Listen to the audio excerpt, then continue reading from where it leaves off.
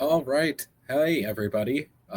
Thank you for joining. We got a special time today, special guest. I am very excited. It's fun to be doing this in the afternoon at night. So that's also a ball.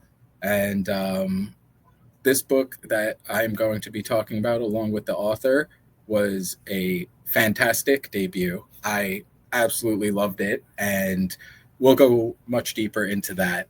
But I do want to give a special shout out again because this guy was one of the first people to respond to me when I mentioned starting a show. And I am very grateful that I am able to give that opportunity back, especially so quick after his release.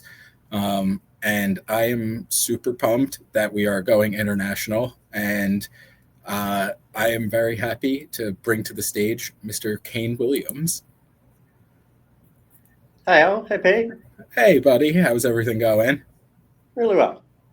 I'm glad to hear. I'm glad to hear that you're starting the day on a positive note, what I hope remains one.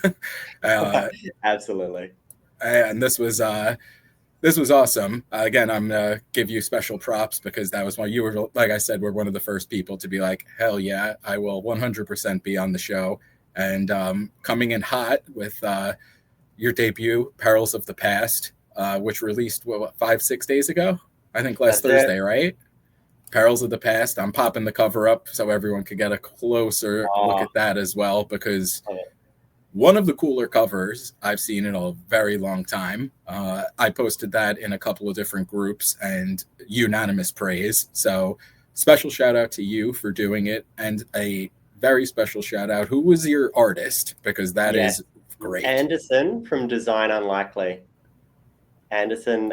So he's done the cover. There are a couple of internal pieces that you would have seen, and yeah, we've got the hard. So this is when you take the jacket off the hardcover. There is that's by 100 covers. There's the kind of hidden. I love that second cover. I also love like the when you take out when you keep the same cover, but you just take out like the author name and the title, and then you kind of get the naked artwork. But so I was tossing up between the two, but the play on the red and the blue, the contrast, I thought like I'd pictured it Mm. before when I was talking to the artists, and then it's also the same setting in two very different. So the you can see on the front cover she's at the top of a mountain uh, with that cave, and that cave she enters in chapter one, and then that kind of the red perilous skies is a scene later in the book from that same mountain, which is kind of the turning point that gets her to leave that mountain and go on a quest. So yeah, no, Anderson did a terrific job. He was amazing to like it was a real partnership. Like I had things in my head and trying to explain them to him, he would come back with something that looked even better, which is that's a dream, right? Yeah, it really is. And yeah, with both of you combined on that one, the both of them are amazing. This is an auto purchase. Every once in a while, one of these books that I see with the cover is one of those where it's like, because I got a Kindle. My wife got me one for Christmas because I am completely annihilating the downstairs with books. So I'm trying to be a little more responsible with with just the physicals, but the front and the hardcover underneath, like this is. She's watching the stream. I'm telling you now, it's already on the way to the house. This is an auto purchase. It's Love it, beautiful. love it. So I'm going to take this away, and I always try to talk about plot wise without any spoilers because there's a good deal of twists and turns in here. But just in a general vagary, I guess. Why don't you just give us a little rundown of the story, and then we'll dive in a little bit deeper. Yeah, absolutely. So a couple of different ways to explain it. I think the first one would be to start with character. So we've got Antana, who's behind me, young woman on the front cover. She's my warrior in a sense, but she's a lot more complicated than that. And as I mentioned from the plot wise, it follows her young woman on a desperate journey to find a cure to save those that she cares most about. And that's our kind of main quest. We've got two other characters, so three point of view characters. We've got a seer. His I really enjoyed growing up, and we might talk about some of the influences, but I really enjoyed growing up where the movies had that lighter character, that not necessarily comic relief, but where you were getting some laughs amongst all of the tension and the bloodshed, whether or not it's a movie like The Mummy from 1999, Classic. the original one, or it's a Die Hard, or it's even like a Wesley Snipes in Blade, like one of those where you're getting that kind of comic relief, and that's really coming through with Kel, my seer. And then my last character, there's no real comic relief in Zet. He's very serious. He's hell bent on revenge. He's probably the most powerful character of the three point of view, although his nemesis, which I always appreciate in books and movies, is even more powerful. And so Zeth is hell bent on revenge. And so they're the three. We've got a warrior, a seer, and a mage. And their plot lines intersect, although they're each after different things. Yes, and one of the things that was really cool to me, I thought Perils of the Past was a cool title, and I didn't really. I try to go in blind, like without knowing as much as I probably should when I pick it up. And I was really grateful for this one because Perils of the Past, cool cover, a cool title. And then when you find out what each of the characters could do, it really is like, oh shit, like that clicked. I was like, you get it now. So, again, keeping things very vague, I'll say that there are the three different characters that you mentioned. One could see into the past, one could see into the future, and one is kind of living in the present. But what inspired you to come up with that method of storytelling? Because that was really unique, and I think I told that to a couple different people, that this was one of the more unique stories I picked up in a while. It took a little bit to fully ground myself in it because you're doing time jumps, and like you said, she's in the cave doing her trainings and everything like that, which was a very cool way of doing it as well. But what made you decide to go with that plot structure? It was ambitious for a debut, and I think that's why probably it took me something like 15 drafts to get it into a form where, like, there's not a lot of jumps backward and there's not a lot of jumps forward. Although they are, they are scattered. Most of, like, 95% of the novel, 90% of the novel is grounded in the present and is kind of telling it in normal order.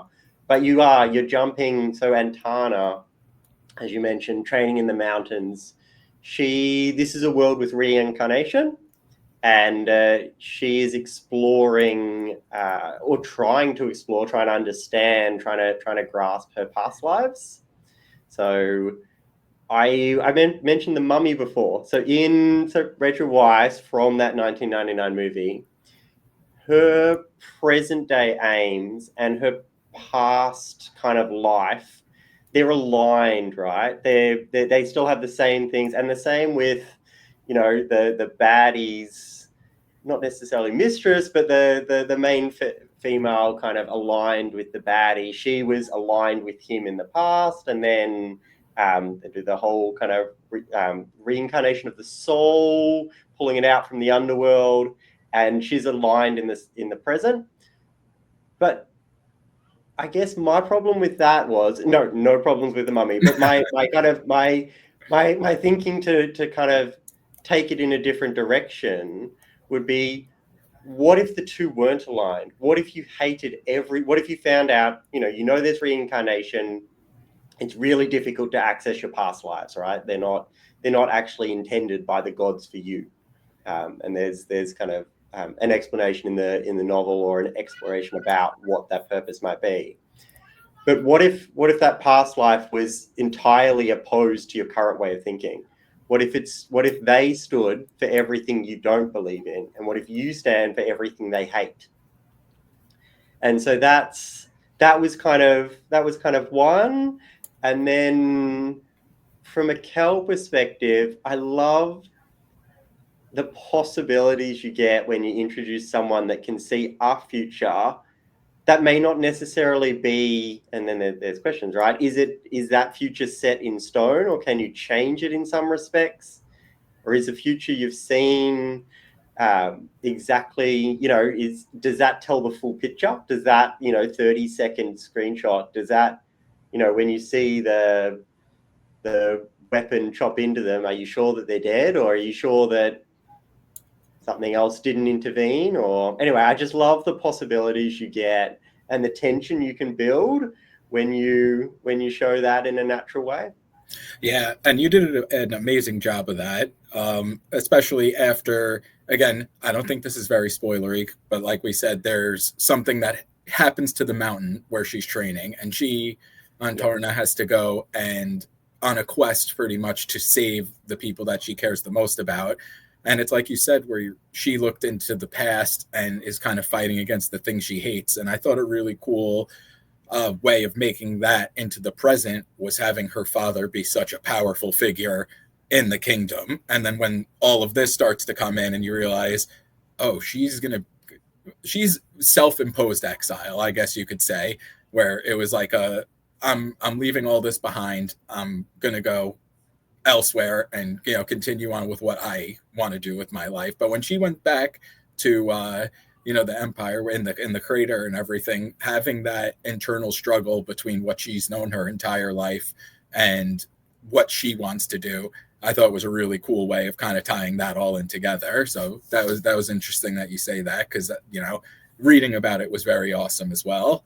And I wanted to see here, because I thought, again, kind of talking about that main story there, especially with Cal, being able to see glimpses of the future and having that, do I change this? Do I not? He isn't the most powerful seer at the beginning and the middle of the story, and it's against his, I guess, would you say God, or who, the deity who he follows? And his obstacle is that even though he has those visions, he can't interject and change anything. So he's not allowed to change. He's allowed to change pretty much anything other than the point of someone's death, and that's where his goddess, the goddess of sight, kind of draws the line. Giving you this gift, maybe you'll be able to, stop this boat slamming into another boat, and these people all getting seriously injured, right? But you can't. One of those are going to die. It's not something that you're allowed to intervene in, and so part of it is that, just like Antana, where she is very happy in the mountains, right? She's found friendship and purpose, and she's getting closer to answers. Like, she's very happy there, just as in the Lord of the Rings, our hobbits are very happy in their hobbit holes. And I didn't want to make it easy for any of the characters, is the short answer. And so when Antana has a real decision about whether or not she leaves the mountains, and Cal has an even greater decision about when he sees someone die, having that, not being able to intervene in that moment of that person's death. But that becomes increasingly more difficult as you get to know someone, right? I won't say, but there may even be more than one character where that happens to him. But yes, I just love that kind of tension and internal struggle. And I know I wanted to write that kind of big action sequences, like inspired by Matthew Riley, who writes just, cinematic novels like Temple and Ice Station, which are just packed with action and explosion, or like, the diehards. But I needed that internal struggle. You need to be able to connect with the character, and I want to see them kind of change, whether or not it's a positive or a negative arc or however it is. But I do want that kind of character growth. So yeah, giving them that internal struggle for, in Kel's instance, about that, can he intervene? Can he defy his goddess? Should he? What's the purpose of seeing someone die if he's not meant to intervene? Yeah, definitely. And it was, especially like I said, as the story goes on, you did such a great job of setting everything up at the beginning with like that event, and the way we talked in the beginning, how all of their kind of plot lines intersect. And again, I keep things spoiler free as much as I can, but they all end up linking up, and you get to see the past, the present, and the future all on the same journey at the same time. So, like you said, it's not full of time jumps. You're not going to need a map like writing it out, trying to figure it out. It's mostly linear, which is amazing. But the way that all three of those things happen was incredibly unique. I said it before. I loved it. I thought you did an amazing job, especially for a debut. So Really again, appreciate that, major mate. props to that. Um, Cheers. One of the other things I thought was really cool, which is kind of funny because the plants and animal life in this book were so vivid, and so it's very funny on a different level because you know over in America when we see things like this, it's just like that's got to be from Australia. That'll kill you so quick. And as a writer from Australia, I can't really be like that's got to be from Australia because you're from there. But how did you flesh all of those things out? That almost felt like watching Avatar for the first time, where you would bring something to the page and give such a description of it. There's some major fights and everything that goes on with these creatures. Uh, how did you get all of those out, and what was the inspiration behind those? Because there are a lot of them, and they can kill you in a lot of different ways. There was no rest. They certainly can. I love that reference, Pete, about Avatar, because that was certainly an inspiration to feel. I remember sitting in the cinemas watching that movie for the first time, and it just took your breath away, right? It was so immersive, so incredible, and so just rich in life and detail and color, and I knew that I wanted something like that. I mean, my favorite part of fantasy, other than the possibilities, is where you feel like you're transported, whether or not that's to medieval Europe, whether or not that's to a cave full of goblins, wherever that is. I want that ability to be transported. So that was part of it, was I wanted an immersive world. I knew that I read so much fantasy in medieval Europe, and there are so many brilliant novels now coming out with that, but I knew I wanted something different from that. And at the first instance, I wasn't sure exactly what. But then I came across this idea that right now, humans are the most dominant species on the planet, and we've colonized pretty much all of Earth, right?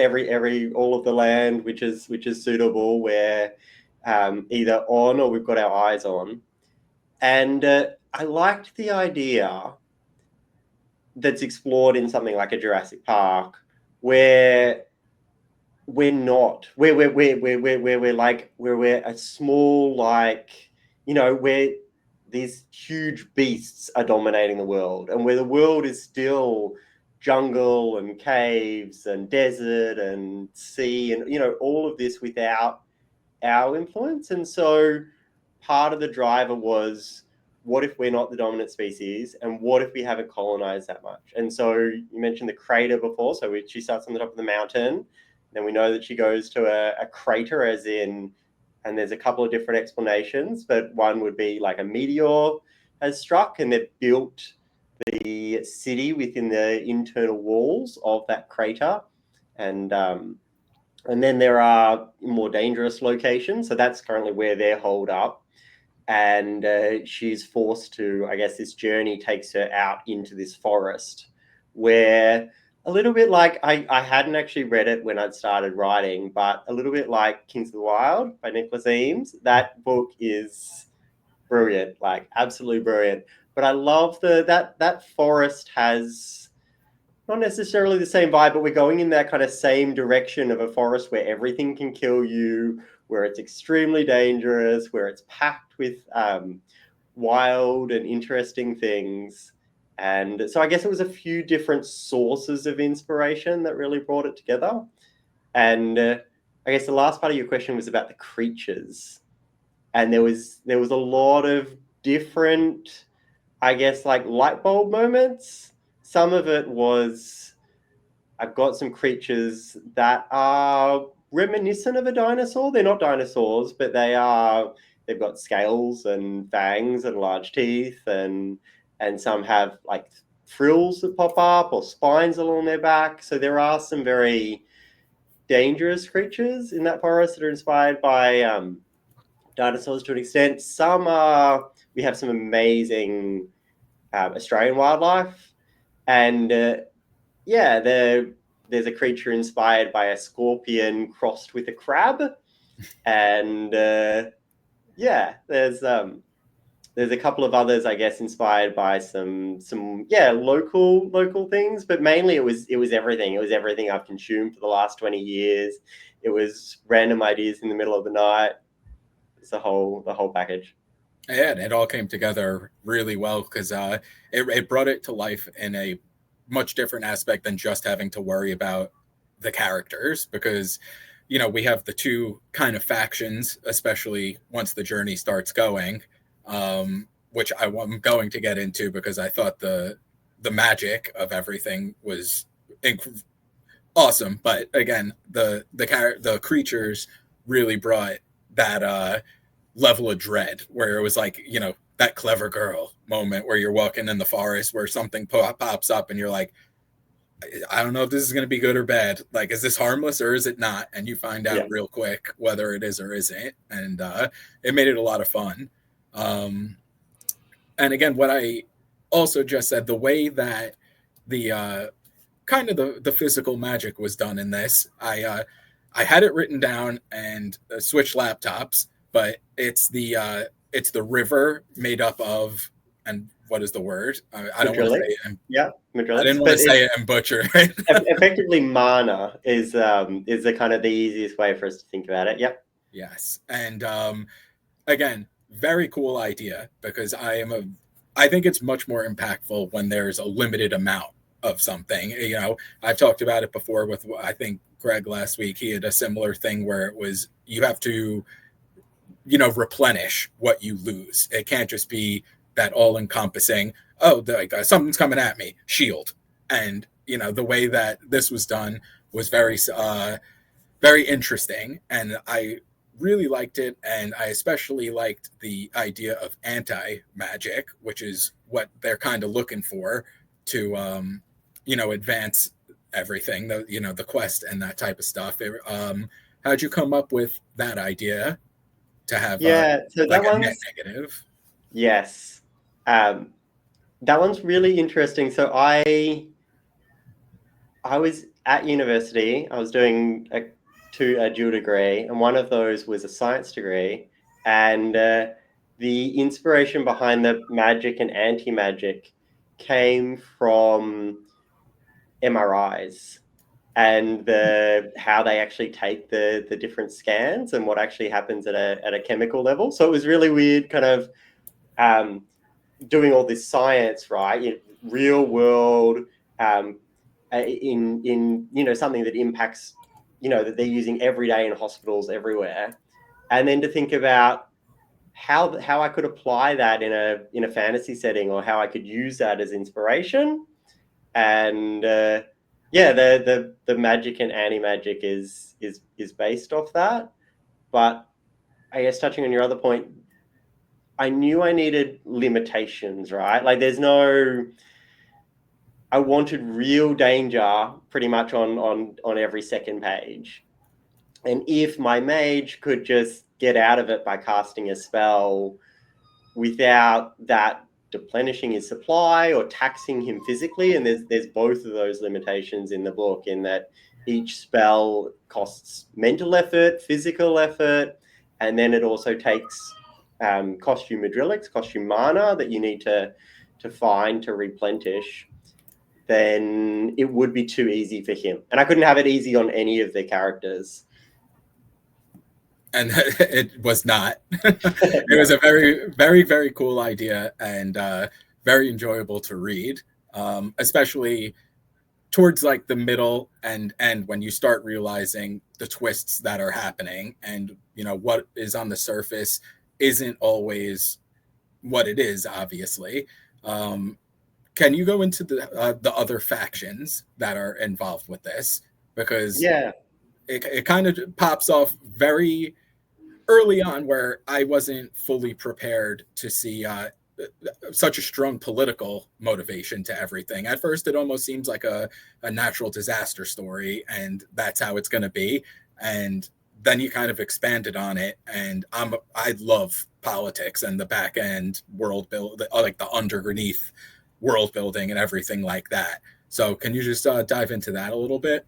Yeah, I'd love to. So, taking, I guess, a step back to my teenage years, um, there's an amazing. Have you read the Empire trilogy by Raymond D. Fast and Jenny Burns? It is breathtaking. It's probably one of my favorite trilogies of all times, and it's a true kind of political situation where also a young woman in that novel assumes the head of a powerful family that has fallen on exceptionally hard times in that they lost a very large battle, and this is in the blurb. I believe I'm recalling something from 15 years ago, but they've lost a very large battle. They're almost depleted, but they're a huge name within these houses. And she effectively spends 3 books going on this struggle against all of the other houses.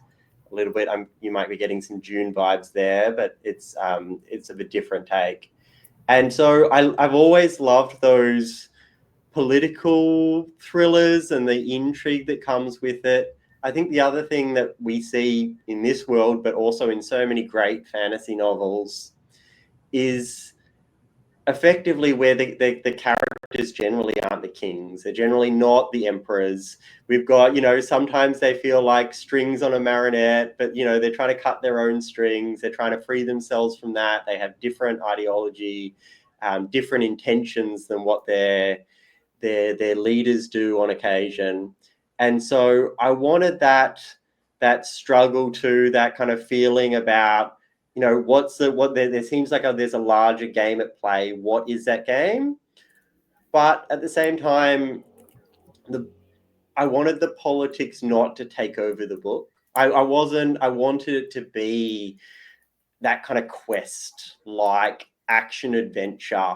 Like that's my core that's the core image for the story that I had.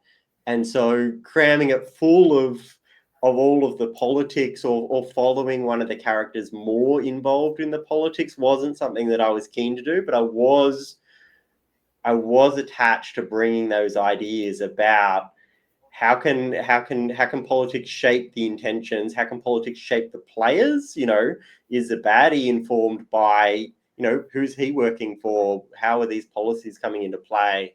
And so, yes, you've got, to take the Crater, for example, you've got a regime that is, they're in a very difficult state, and the king is, because they have been pushing an agenda and using such force that they're effectively started alienating their own people against them, right? There's a rebellion rising, and the more effort that they spend in quelling the rebellion, the more support the rebellion garners by the fact that, did you really just, kill that person, torture that person, detain that person without reason? Yeah. And so we've got this real tension where she comes back into, and then you've got these forces. So there's the king of the crater, you've got the leader of the rebellion, and then you've got Kel grows up in a different location on a lake island, and so you've got a very it's a reader where it's a character where everyone who's read him hates him, and that's designed to be that way. But the leader of the crater, the leader of the lake island, is a piece of work. And so you've got some very powerful and not very nice kind of leaders pulling strings, and the characters doing their best to find their own path, and also to figure out what the end game is here for certain characters. Yeah, now that's a great way of putting it, because the political aspects of everything is not the main focus of the story, but it ties everything in together in a nice little bow in the underneath to figure out why they're all doing those things. So that was very well done, where you get the point across, you lay out kind of the rationale behind all the characters' motivations and everything like that. It doesn't become, a Star Wars, we're fighting the rebellion. This is the story. It's much more, we keep going back. I was going to say my next question, what are your 5 desert island books / movies? But we've been talking about Die Hard. We've been talking about The Mummy, and those are action movies. And when you peel that curtain back a little bit, you start, that's where they have that, Die Hard obviously is, I think it's the Russians again. And the Mummy is a little more supernatural, but those are the political people behind that. But the whole time you're watching it, you're going, this is a fun action movie, and it's not, these are the bad, like, this national ethnicity is bad, this group of people is bad, and you go along the ride for them. But with all the people, other kind of books and movies we talked about, what would your 5 desert island books or movies be? 5 desert island books or movies. Ooh, or just okay, one. So, five we could talk for another 2 hours. Yeah, okay. If you have to pick a couple. Am I if I pick? I'm just going to start off with some favorites. I was going to ask whether or not if I pick a book, that would include the series, but then that would lead me on to thinking of like picking 5 with really long series, right? But I'll just name some favorites. So Black Sun, Fevered Star, Merit Heaven. So Black Sun by Rebecca Rowanhorse is insane. It is a brilliant book, and it's got one of my favorite first lines ever. And the main character, though there are a number of them, and each of them are brilliant. I can't speak high enough for her writing, but the main character is blind, and it's a really interesting.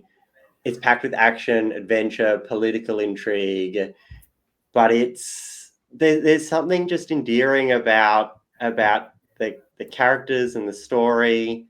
And it's set in a very different world too. She draws inspiration from a couple of different sources that are quite different from your kind of ancient European setting.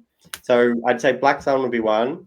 The Art of Prophecy and the Art of Destiny, staying on books by Wesley Chu. And book 3 is it just about out? I think it's just about out. It is, if you haven't read those, I would jump on them.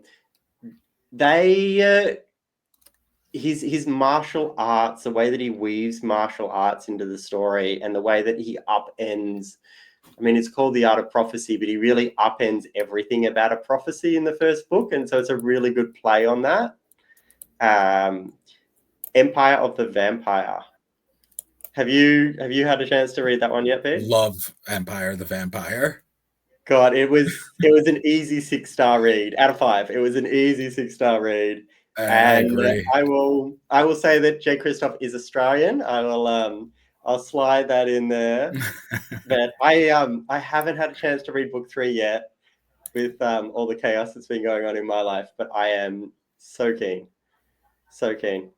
And then sticking on Australians, I'm going to have to slide a movie in here soon, but there's too many good books. The Will of the Many. Good book. I didn't know he was Australian, actually. Yes. Yep. He's an Aussie. That ends on such a... I love the writing style and the main character and the Roman inspirations. And we were talking about magic systems before. It's a really interesting use of magic in this world, where it's embedded into so many things within the magic system is part of the conflict, right? The way that they've structured the magic system, where a layer of people donate will to the next layer, who donates it to the next, and then you've got a pyramidal structure where where all of the top echelons are far more powerful, and then it gets very classist, and it gets very elitist, and it gets very they obviously it's a difficult system to rise within, but it's also a difficult system for kind of every aspect of society, the way that we think about society. So, but it was, I found that really immersive. And God, where's my 5 gone? Black Sun, Art of Prophecy, Empire of the Vampire, Will of the Many. Okay, I definitely need a movie reference. Well, we've The Mummy talked about too. we've talked about Die Hard. We've talked about The Mummy. Lara Croft comes to mind because that was said with Angelina Jolie. That was certainly an inspiration. But I'd probably go with either V for Vendetta or Hot Fuzz. But I'll go with V for Vendetta, which is probably my favorite movie of all times. V for Vendetta is a miss. So is Hot Fuzz. Those are 2 really good ones. Mm-hmm. Man, Hot Fuzz I haven't watched in a while. I think it may be time for a redo. Exactly. Yeah. No, I'm the same. But every time I see it or have a chance, that was one it's of those a lot movies. more than just a good laugh, right? Like the way that everything, and I hope that if my book does this half as well, the way that everything ties back into each other, all of these little clues scattered throughout this, what is effectively just a hilarious kind of police movie about a really determined police officer that makes the kind of the Metropolitan Police Force look bad because he's so good. They think he's like, and so they shaft him out to the country, into a location which is not meant to have any crime at all. Hopefully everyone here has seen it and you know what I'm talking about. But if not, so they send him off to the country, and he's just a completely different breed, a completely different personality from all of these country cops that he has. And it turns out that this town isn't so sleepy, and it turns out that this town has some very, very dark secrets, and that he's right in the thick of it, except that like I pretty much just don't stop laughing for the whole movie. And Yeah, that was then amazing. yeah, and then you find out all of the reveals, right? All of these little things where you're like, the guy disappearing through the hedge, or the character in the market, or the tie back into what is effectively a really powerful ending, where so you got your action, you got your laughs, but you've actually got a real storyline that holds it all together. And I think that's kind of what makes it stand out amongst so many great comedy, action comedies, would be that kind of the depth of the storytelling. And that's a nice segue into V for Vendetta, where you've got a really powerful message, where honestly the twist in V for Vendetta, where she may be taken captive, and the twist around that is just mind-blowing. Like I've never seen a better twist. And the script writing with the sequence where he gets into his alliterations is just to die for. So yeah, crazy. That was like like written poetry that just flowed. There's like a couple of songs like that, like Alphabet Acrobatics by I think it's Black Alicious or something like that, where it's a rap song and the first line is the same letter and goes all the way through Z. And it reminded me of that a little bit. But yeah, it's funny when you were talking about Hot Fuzz, about how little breadcrumbs along the way, and it all ties in, because I think I messaged you when I was like 82% through the book, and I was like, dude, like, I wish I didn't have to go to sleep right now. Like, once, a little bit of the beginning, you have to build the world. I get the characters going, everything like that. But once you got running, it was nonstop the entire time. And, as you read it, you pick up on little things along the way, like the breadcrumbs you said. And, I know people have different ways of writing, like where it's, I'm just going to spitball it and not outline anything, not do anything. But when you were formulating all of that, did you know where you wanted to go and leave those behind? Or was it like while you were writing, oh, that could tie into this really nicely and kind of adjust it that way? So I am so on a scale between someone that plots where they write down everything that's going to happen before they start writing, and then someone that just kind of jumps in and just starts writing and see where the characters take them. I'm probably like around here. I'm probably around or like a 75% plotter. I want to know that direction of where it ends. So I had the ending scene in mind, where the location and the general feeling. I had the general kind of the each of the locations in mind.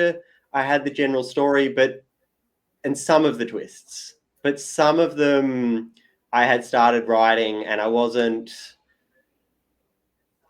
sure how that character was going to survive. And I knew that I wanted them, if you give a character at the start of a book, you give them a sword and a potion, then you're expecting at some point they're going to use that sword and they're going to use that potion. And so I knew that I needed things at the start, whether or not that be physical items, whether or not that be skills, whether or not it's things that they could learn that are almost within their grasp. That, we talked about Cal and Tana both kind of developing their talents, and Tana, her ability to look backwards into her soul for her past lives, Cal, his ability to look into the future. And so I know that I needed to equip them in such a way that they could survive some of those obstacles. So I'd figured out maybe half the twists before I started writing, and I had a good structure. I don't think everyone works differently, and there is no right way to write. But for me, I needed that kind of direction. I didn't feel so aimless, where I was like, okay, I've got a point. And I also knew then when I hit like 30,000 words and I was at 30-40% of my manuscript, I'm like, okay, I'm on the right track here. It'll end up at 190, 120, somewhere in that kind of range. But there were a couple of points where I was like, I want you to fight this creature, and I want that creature to pretty much not be hurt by any of your weapons. How am I going to, I want you to fight these like 10 guys, or this, be stuck in this location. How will I get you to survive? And it took, a number of long walks. It took a lot of thinking, and sometimes it just took like random ideas out of nowhere. You would see a ribbon fluttering on a girl's hair, and you'd be like, wait, what if that ribbon was, and just like really just, you have no idea how your brain came up with it, but just like these little sources of inspiration lead you down effectively very long rabbit holes that kind of eventually lead to where you're going. Yeah, that's awesome. That's like incredibly talented, because I don't have that capability. I'm not of the artist variety. Like, I fuck up drawing stick figures. So when I see like, I'm going back to your cover, or I hear you or, other people talk about like the creative process behind coming up with this, I'm always in awe of everything, which I guess as a, host, I guess I use that term loosely because this just feels like I'm talking to a friend, which is awesome. But it's always good to go in kind of, I feel like not as critical, but when you look at it as someone who isn't an active writer and going, oh, that's cool, I would maybe tinker with this a little bit or something, as opposed to just being like, I am just deep in the story and enjoying it. And that method of writing is very interesting to me, how you guys come up with that, and especially when it works like this. As far as another thing I kind of wanted to pivot to was like you said, how sometimes that inspiration hits when you're going on walks or stuff like that. What do you like to do besides writing, and I also wanted to ask, because when we were talking about the magic and anti-magic, and you mentioned the MRI, what is your side hustle? What's your profession? You said So in a university. so the day job is that I've kind of combined a couple of different areas that I like. I found a day job that it's not writing at the moment. I would love it to be, and maybe with everyone's continued support, one day it will be, but not at the moment. I mean, the book's been out 4 days after 4.5 years in the works. So the day job kind of combines a couple of areas. I've always loved language. I've always loved playing with language. I was tossing up about, doing a creative writing degree within university, but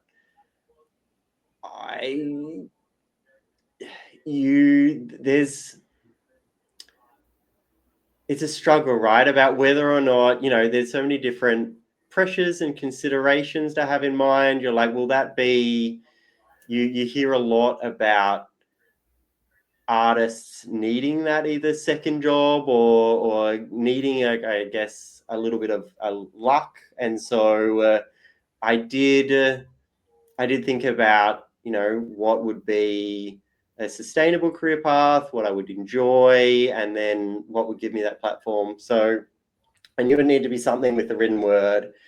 I knew that I wanted to, and this is where I am now. I've always loved kind of chemistry, and that kind of, just even to think that the desk in front of me is composed with the same atoms as that there's only 100 little building blocks in the whole world that make everything up is still blows my mind when I think about reducing everything to an atomic scale. So the writing, the science, and I wanted ideally to do something with that kind of aligns with public good. So at the moment I work for a large university in Australia, which is a charity, and I write their research contracts. So if they're going out to do, for example, a clinical trial, then I'm involved in a lot of the contracts behind that. So that's a nice way of me avoiding using the word I'm a lawyer. Yeah, that was a very lawyerly way of saying I'm a lawyer. Oh, you get all the jokes about what's the difference between this fish and a lawyer. One's a bottom feeding something something. Anyway, there's a lot of lawyer jokes out there, and many of them are very funny. But yes, it's I don't know. I got into it for different reasons than being called a lawyer. Like, being called a lawyer wasn't the reason that I got into it. It was more that ability to write contracts and to assist people and to ideally combine that with the science side, which is what I'm doing every day. Oh, that's awesome. I feel like not wanting to have that title makes you automatically a better one uh, than Thanks. people who just gone for it. But yeah, and what other hobbies do you have? Yeah, so I played soccer for 20 years. Started at really young, and then 20 years later I did my ankle. So that I've it's pretty much better now.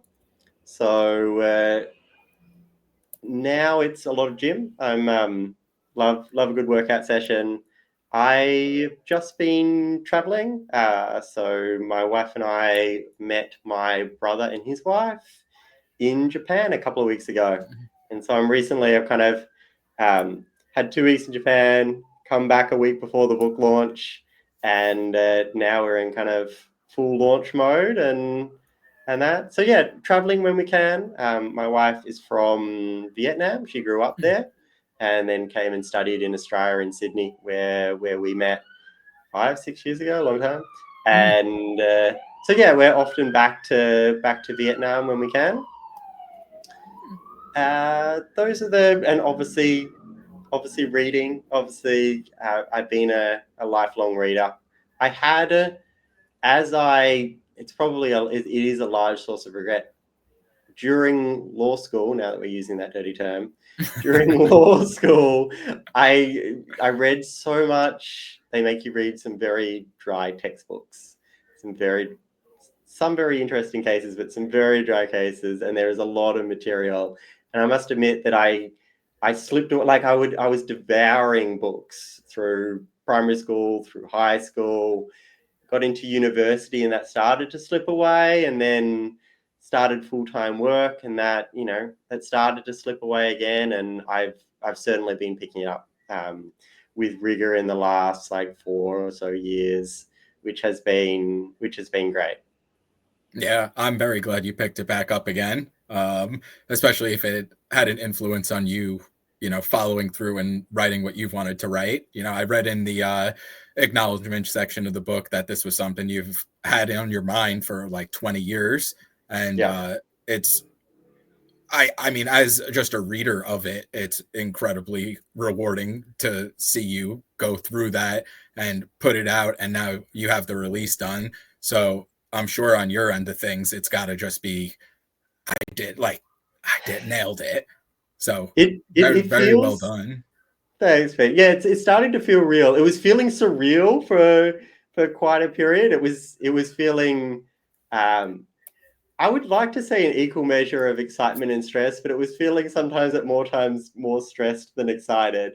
But it is now it's out, now it's in readers' hands, and there's some lovely reviews coming in. We'll also shout out the ARC readers, the advanced readers that were kind enough to kind of pick it up when before anyone else had, before they knew if it was going to be any good, before and then to kind of chime in and leave their reviews on Goodreads, for example. So that's been really, really helpful. And the support from the book community over the last 2 weeks has been, obviously far longer, but the last 2 weeks has been, I just haven't felt anything like it. It's been incredible. So I'm feeling really thankful, really grateful, and it's a brilliant community.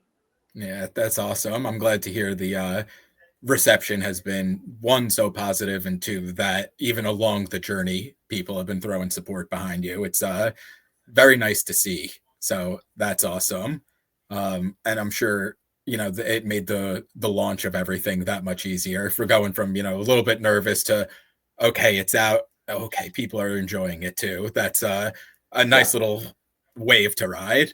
It is. You're always when you put something that you've spent so much time and thought and care and that you've kind of hooked so many hopes and dreams onto out in the world, there is that kind of sense of nervousness about the reception, but at the same time being very careful to keep in mind that like no book is for everyone, right? And it's about finding the right readers, that right kind of attention, that right space.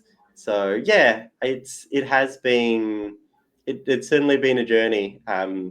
Although I feel that word is sometimes overused, but it has been. And hopefully just the start of it. Yes. I wanted to see, because this book is a standalone, which again, cannot recommend it enough. Especially, I'm not saying standalones are better than a series, but if you're looking for a action book where it's like you just read it and enjoy it, and it's a single entry, there's not 50 coming after this, at least in this story. But I can't recommend it enough. As just, I love doing like 1 or 2 books in a series, and then having something like this where I can go in and just read it and be like, amazing, like great, that was awesome. But what I did want to ask was, are we expecting more things in this world? Like, it's so fully fleshed out. I feel like there's got to be some more stories to tell in here. So let me know what you're working on next, if it's this or if it's something else, without spoiling too much, however much you have and want to give. So I feel that this book we talked about before, with the past, present, and future, and the way I've kind of tried to tackle the storylines, was fairly ambitious for a debut. I think every debut is ambitious, but there was a level in this where at times I was like, do I have the right skill set to pull off this kind of story at this time. And then with more tinkering and more adjusting and working on that flow, and especially the order of the chapters, the when to swap a point of view character, which was quite a difficult choice at times, and which chapters to put in which POV character. Again, kind of, is this better written from Antana's or Kel's perspective? Should I swap perspectives at this point? Should I go back into the future now, or would it be more confusing that way? So the next book I've got in mind, which I've started playing with just in a journal on paper, is probably one level of ambitiousness above it, which I'd like to think I feel that after this, when I look back at my early chapters and then I compare them, which are now completely rewritten, and then I compare them to those later chapters, I certainly felt like I grew and improved as a writer, as I'd like to think that you would expect. That, when you sit down, and the longest thing I'd ever written was 10,000 words, and you sit down to write 120. When you finish the 120, you're a better than writer than when you started.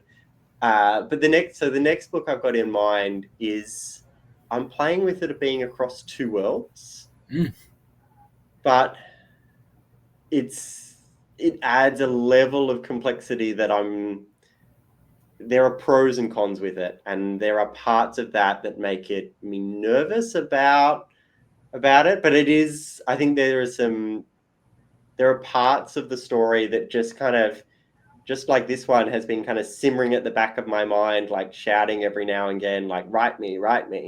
There are parts of this one that's kind of doing the same thing, that's doing that just won't leave me alone, that just keep, like, my brain keeps returning to this space. So that's probably my next one. I need to flesh it out a little bit more.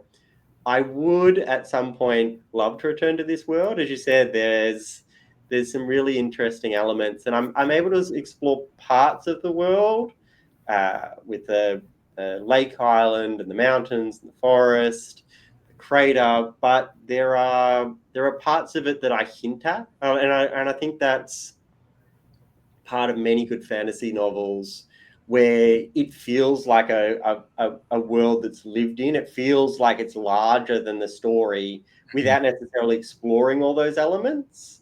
And so there's a desert tribe that is featured, but you don't end up getting out into the desert. And so I would love the chance to explore something like that more fully. I think they've certainly got an interesting culture and hierarchy and different, I guess, motivations than some of the other tribes in the novel. And so, yes, I would love to return to the world. I've already had a reader or two that's finished the novel and be like, can you please come back to X character? I'd love to. They're in their early 20s. And so they're very keen to see what happens with the rest, and I give the reader, like, as you said, it's a standalone, and so I want to wrap up all of the main storyline. I want to provide answers for the clues and the twists, and I do want it to feel satisfying, but I don't want it to feel like, and they lived happily ever after, and you can picture their next 40 years, and that's two people raising two kids in a small house. That's not the way that the story ends up. And they've got a lot of, some of the characters, for those that may or may not live, some of the characters still have some journeys to go on. Oh, that's awesome. Yeah, you did a very good job of, tying in and little things, like you said, with the desert tribe and stuff. That's why I wasn't sure where, if something happened like 100 years in the past with that, like something like that, where it's like completely different location, you fleshed out this world enough where it would have like still such a nice link in the head from this one, where it would still feel familiar while being a whole new story. So yeah, that's awesome to hear. And that double world sounds insane. Thank you. And I know you said a step up of ambitious, but this was ambitious for a first one, and you knocked it out of the park. So I'm team go for it. Love it, Pete. Appreciate that. Yeah, I know we're closing in almost on an hour, and I know you've still got to work today of not doing lawyer things. Yes. We're I not doing any of that. I have a terrible habit of closing out shows horribly, but I think last time I was okay, where I let the person I was talking to ask me a question. So maybe we'll start doing it that way.